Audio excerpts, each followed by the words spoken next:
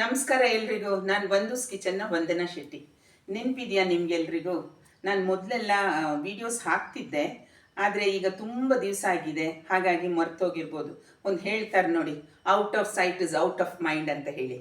ಹಾಗೆ ಈಗ ಮತ್ತೆ ವೀಡಿಯೋಸ್ಗಳನ್ನು ಹಾಕ್ತಾ ಇದ್ದೀನಿ. ನನ್ನ ಕುಕ್ಕಿಂಗ್ ಚಾನೆಲ್ನ ಮತ್ತೆ ಶುರು ಮಾಡಿದ್ದೀನಿ.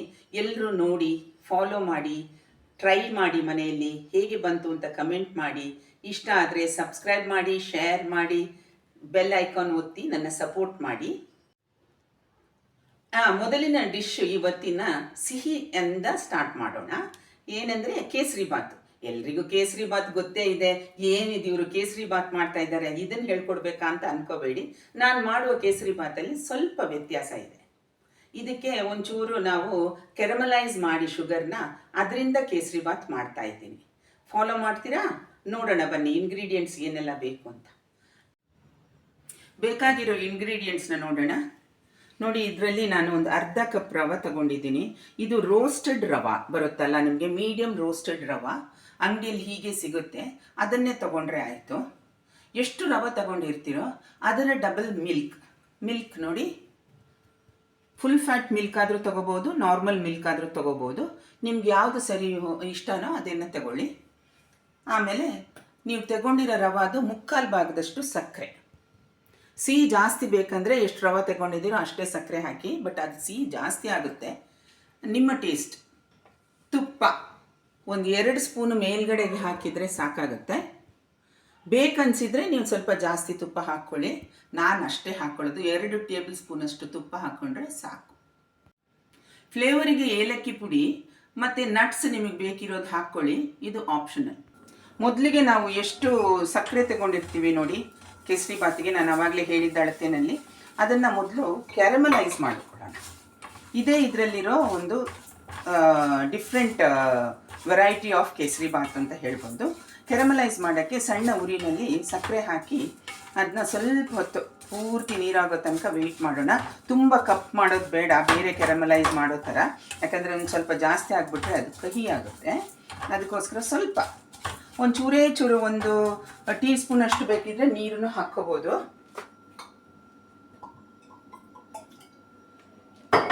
ನೋಡಿ, ಒಂದು ಚೂರು ನೀರು ಹಾಕ್ತೀನಿ, ಸ್ವಲ್ಪ ಕರಗಕ್ಕೆ ಸುಲಭ ಆಗುತ್ತೆ ಅಂತೇಳಿ ಅಷ್ಟೇ.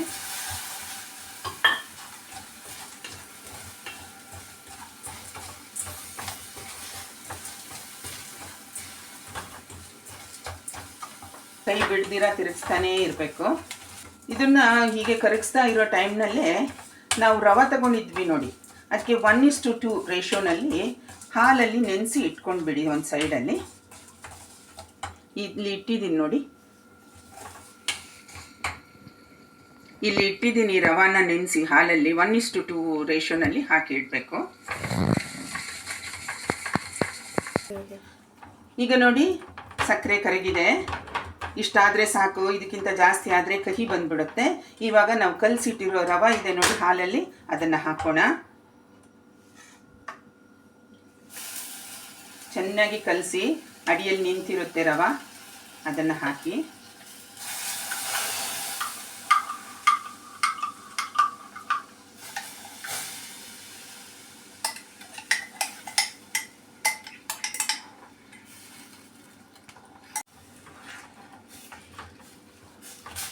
ಈಗ ಒಂದು ಸ್ವಲ್ಪ ಅಂಟು ಬರುತ್ತೆ, ಆದರೆ ನೀವು ಕೈ ಬಿಡದೆ ತಿರುಗಿಸ್ತಾನೆ ಇರಿ. ಸ್ವಲ್ಪ ಹೊತ್ತಾದ್ಮೇಲೆ ಈ ಅಂಟು ಹೋಗುತ್ತೆ, ಕರಗುತ್ತೆ ಪುನಃ.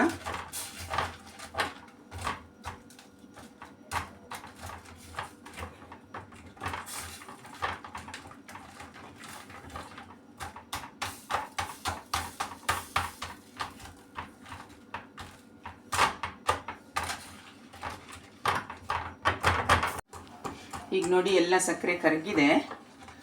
ಈಗ ನೋಡಿ, ಕೇಸರಿ ಬಾತು ಗಟ್ಟಿ ಆಗ್ತಾ ಬರ್ತಾ ಇದೆ, ರವೆ ಕೇಸರಿ ಬಾತಿಗೆ ರೆಡಿ ಆಗ್ತಿದೆ. ಈ ಟೈಮ್ನಲ್ಲಿ ನಿಮಗೆ ಕಲ್ಲರ್ ಏನಾದರೂ ಬೇಕಿದ್ದರೆ ಹಾಕ್ಕೋಬೋದು. ನಾನು ಯಾವುದೂ ಆರ್ಟಿಫಿಷಿಯಲ್ ಕಲರ್ಸ್ ಯೂಸ್ ಮಾಡ್ತಾ ಇಲ್ಲ. ಇಲ್ಲಾಂದರೆ ಕೇಸರಿ ದಳನ ಹಾಲಲ್ಲಿ, ಬಿಸಿ ಹಾಲಲ್ಲಿ ಹಾಕಿಟ್ಟು ಅದು ನ್ಯಾಚುರಲ್ ಕಲರ್ ಬರುತ್ತೆ, ಅದನ್ನು ಹಾಕ್ಕೋಬೋದು. ನಾನು ಹಾಗೆ ಪ್ಲೇನ್ ಇಡ್ತಾ ಇದ್ದೀನಿ. ಹೆಲ್ತ್ ಪಾಯಿಂಟ್ ಆಫ್ ವ್ಯೂ ಇಂದ ಕೇಸರಿ ದಳ ಹೆಲ್ತ್ಗೇನು ಪ್ರಾಬ್ಲಮ್ ಆಗಲ್ಲ, ಬಟ್ ಸ್ಟಿಲ್ ಇವತ್ತು ಉಪಯೋಗಿಸ್ತಾ ಇಲ್ಲ ನಾನು. ಗಟ್ಟಿ ಆಗ್ತಾ ಬರ್ತಾ ಇದೆ. ಕೈ ಮಾತ್ರ ಬಿಡಬೇಡಿ, ಯಾಕಂದರೆ ಸಕ್ಕರೆ ಹಾಕಿರ್ತೀವಲ್ಲ ತಳ ಹಿಡಿಯುತ್ತೆ.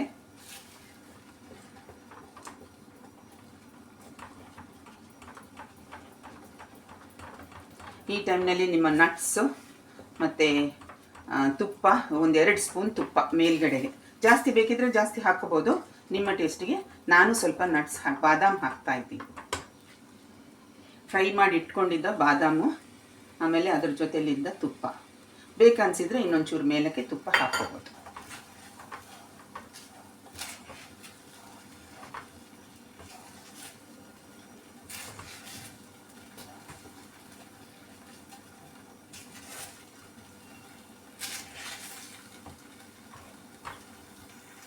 ರುಚಿ ರುಚಿಯಾದ ಕೇಸರಿ ಬಾತ್ ರೆಡಿ.